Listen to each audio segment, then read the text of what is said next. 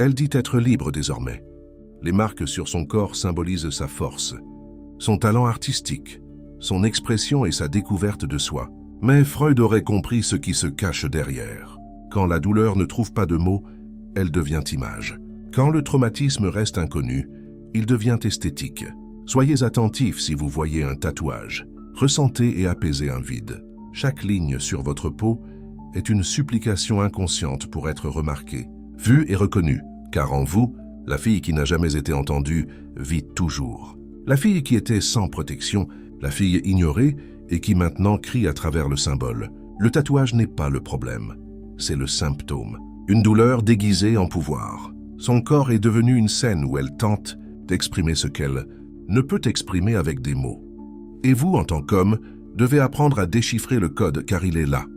Il n'est pas aléatoire. L'oiseau sur son cou, l'œil de Fatima sur son cou, le titre de Renaissance à ses pieds. Ce n'est pas seulement une question de style. C'est une question de survie symbolique. C'est un langage silencieux où le corps exprime ce que l'esprit censure. Si Freud l'avait vu, il l'aurait qualifié d'expression substitutive du manque. Il veut que vous le trouviez beau. Mais plus que cela, vous le voyez parce que personne ne l'a vu auparavant. Son enfance était invisible, le traumatisme passé sous silence, la douleur normalisée, et maintenant son corps tente d'exprimer ce qu'elle-même rejette. Vous ne voyez pas le symbole, vous voyez un symptôme. Le problème n'est pas qu'elle ait des tatouages. Le problème est que vous pensez rencontrer une femme, alors qu'en réalité, vous lisez un album psychique de douleurs déguisées. Chaque symbole porte une histoire qu'elle ne pourrait raconter, car elle risquerait de ne pas survivre aux souvenirs.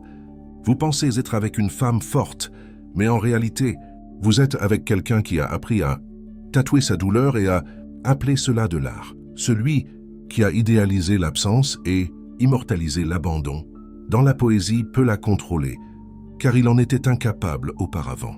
Et le plus cruel, c'est qu'au final, on doit payer pour des maladies qu'on n'a jamais causées, car cette étape importante vous appartient, mais la colère, le désir et les projections vous appartiennent. Et à l'approche de la ligne d'arrivée, on s'attend déjà à ce que vous fassiez ce que d'autres ont fait. Utiliser, blesser puis disparaître. Freud a toujours su que le corps trouve le moyen de crier quand l'âme n'est pas en colère. Pourtant, ce cri surgit avec beauté. Il se présente sous la forme de couleurs, de lignes et de phrases poétiques gravées dans la peau. À première vue, on pourrait croire qu'il ne s'agit que d'un charme, d'un détail esthétique. Mais le charme n'en est pas moins. Vous ne regardez pas une femme tatouée. Vous regardez une vieille maladie qui a appris à s'habiller avec style.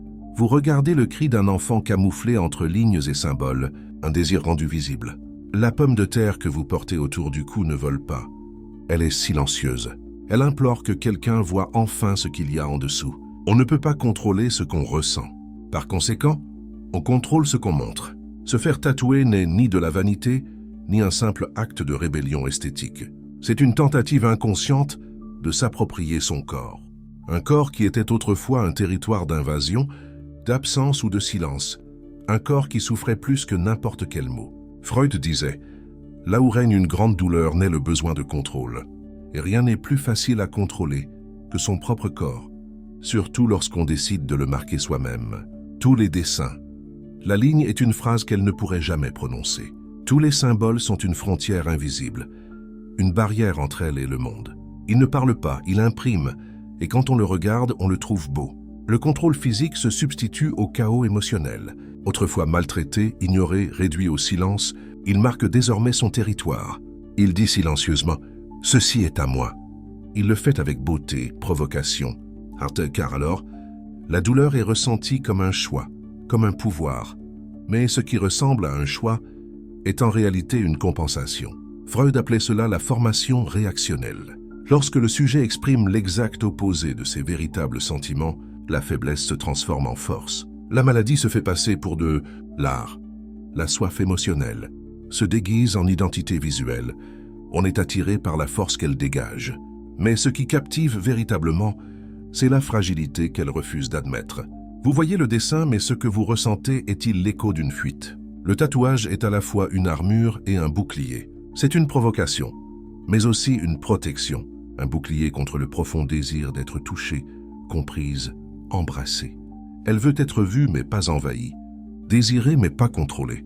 Elle veut que vous déchiffriez les symboles, mais pas que vous franchissiez les murs, car ces murs sont le résultat d'un traumatisme, et tout homme qui s'approche d'elle risque de voir des choses qu'elle-même ne peut affronter.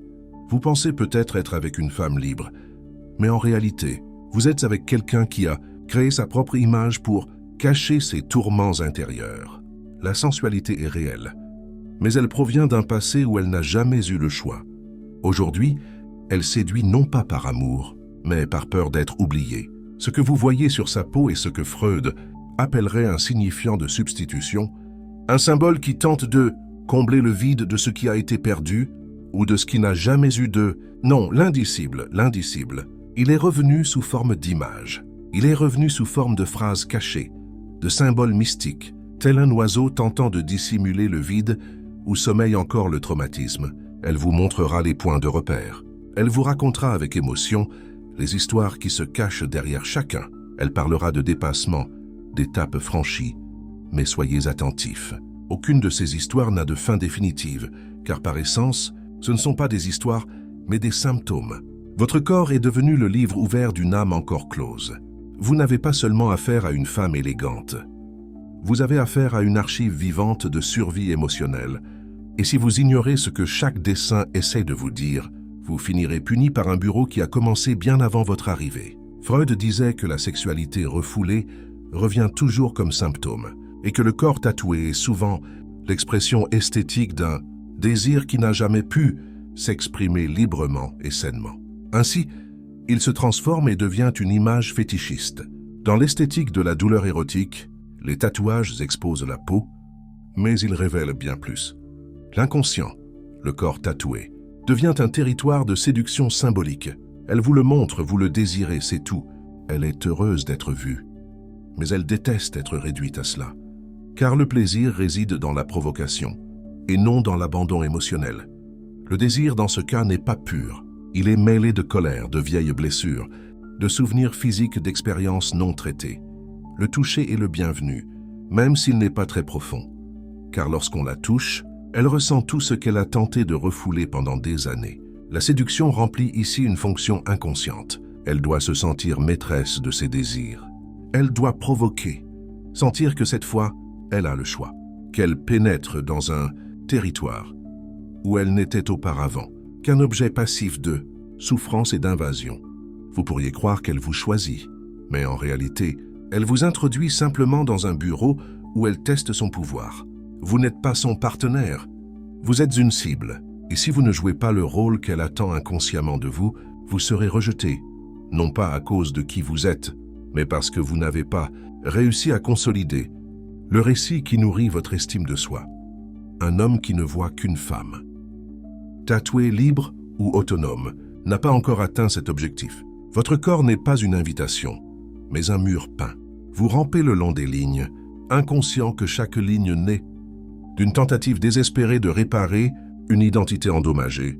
Elle peut paraître sexuellement libérée, mais soyez conscient de son besoin de contrôle, d'intensité, de fréquence et de rythme. Même la conversation après le rapport sexuel est soigneusement calculée.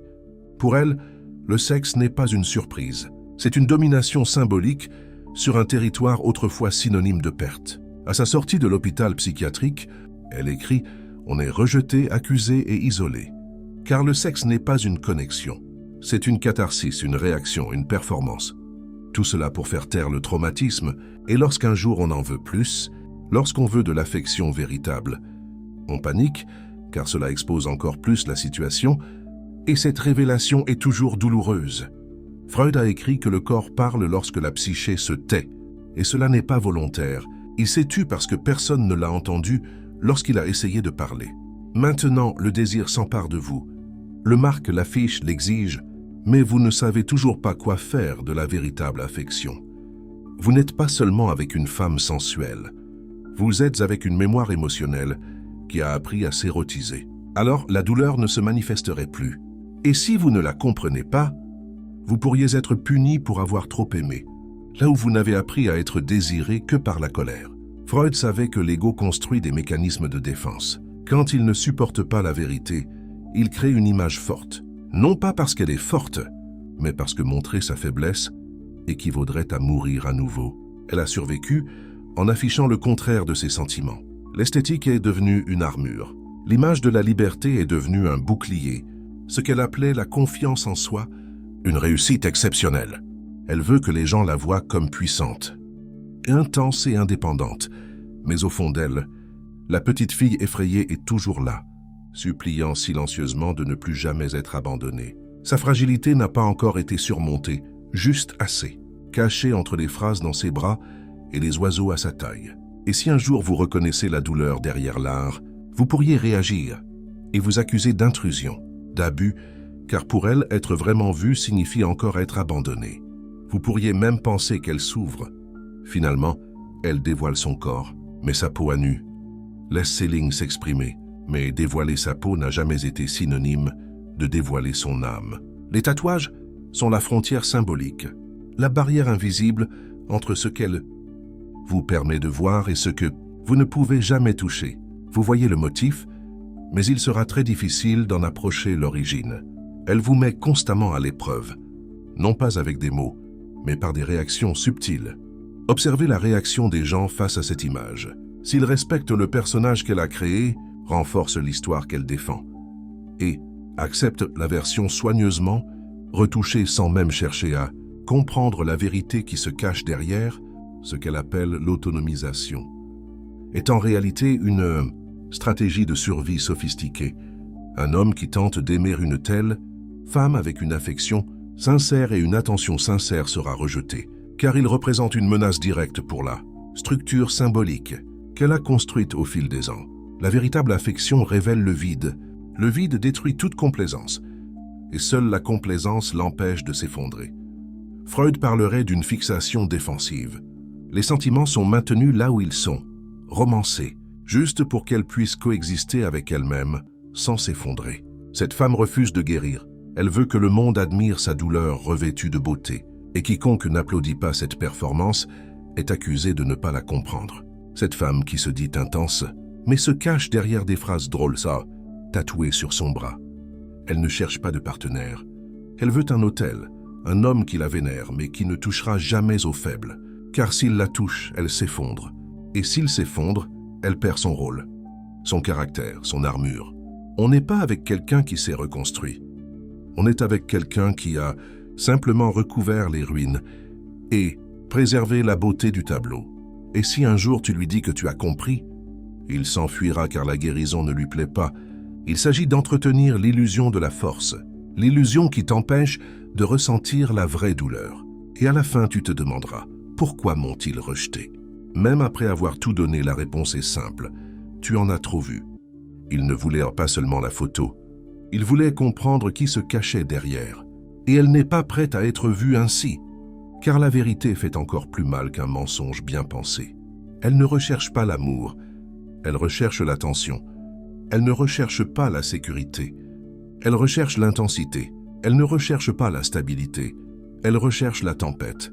Une femme marquée par un traumatisme émotionnel sait rarement comment gérer la paix offerte par un homme qui l'aime sans exiger de la douleur en retour, car la véritable affection la confronte à quelque chose qu'elle n'a jamais connu, la conditionnalité.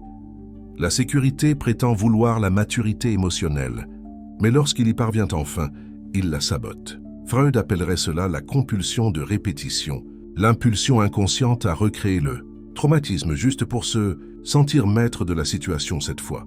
Il répète le chaos, car le silence lui fait encore plus peur que les cris. L'homme qui tente de l'embrasser avec un amour véritable, sans jeu ni douleur, devient une menace, non pas parce qu'il l'endort, mais parce que la véritable affection détruit le caractère qu'elle s'est construit pour survivre.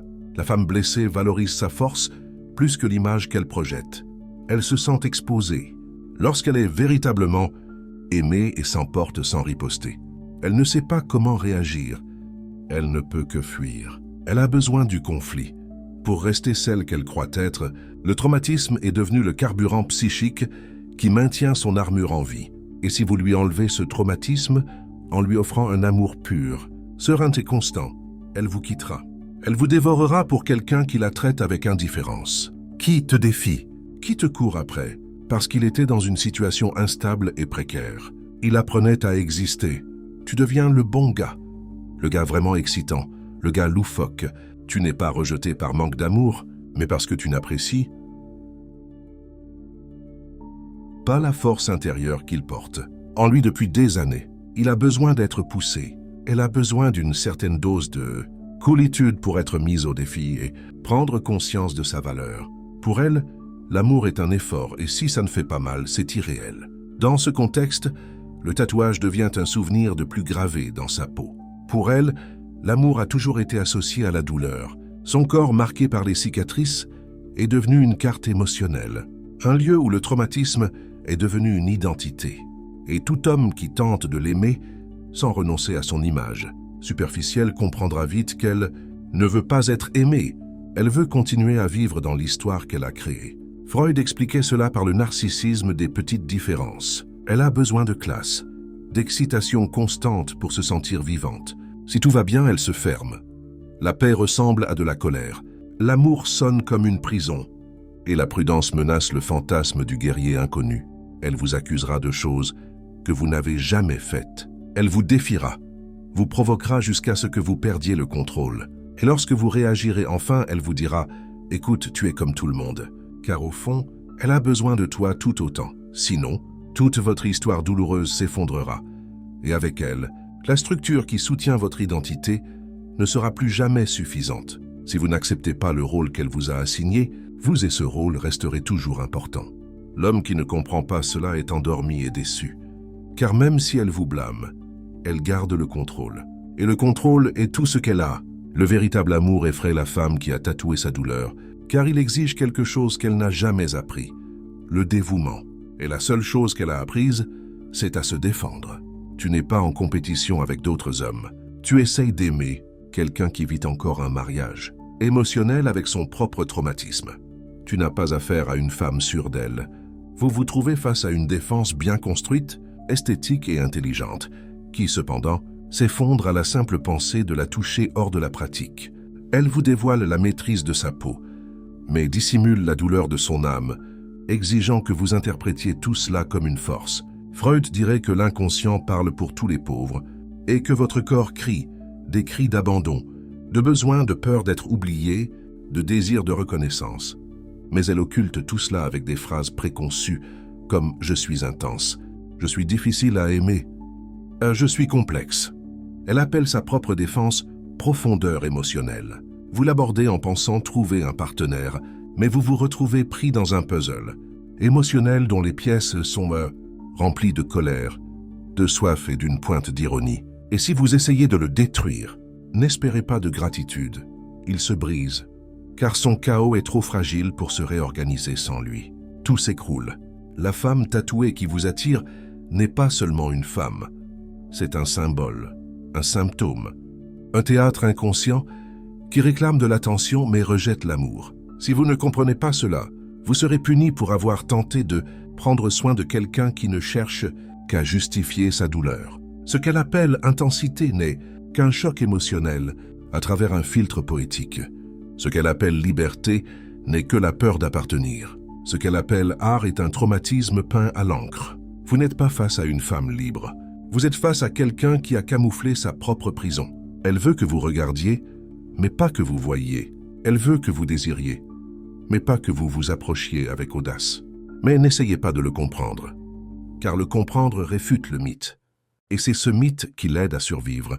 Dans un monde où elle ne s'est jamais vraiment sentie la bienvenue, personnellement, elle voulait juste entendre « je te vois », mais en même temps, elle ne supporte pas d'être vraiment vue. Alors elle crée des images, des phrases, des postures, des dessins sur sa peau, tout pour être remarqué sans avoir à le subir, car l'obscurité psychique brille toujours. Tu peux essayer, tu peux l'aimer, tu peux l'accepter, mais n'oublie pas que ce n'est pas à toi de guérir ce qui a fait d'elle son identité. Ne t'identifie pas à la douleur d'une femme. Trouve celles qui ont le courage de saigner sans rien perdre, d'aimer sans rien montrer, de se laisser aller sans rien écrire. Et si cette vidéo te fait penser à elle, méfie-toi. Peut-être que vous aimez un symptôme, et l'amour ne survit pas si le traumatisme reste votre seule histoire d'amour. Il vous rend la vie possible.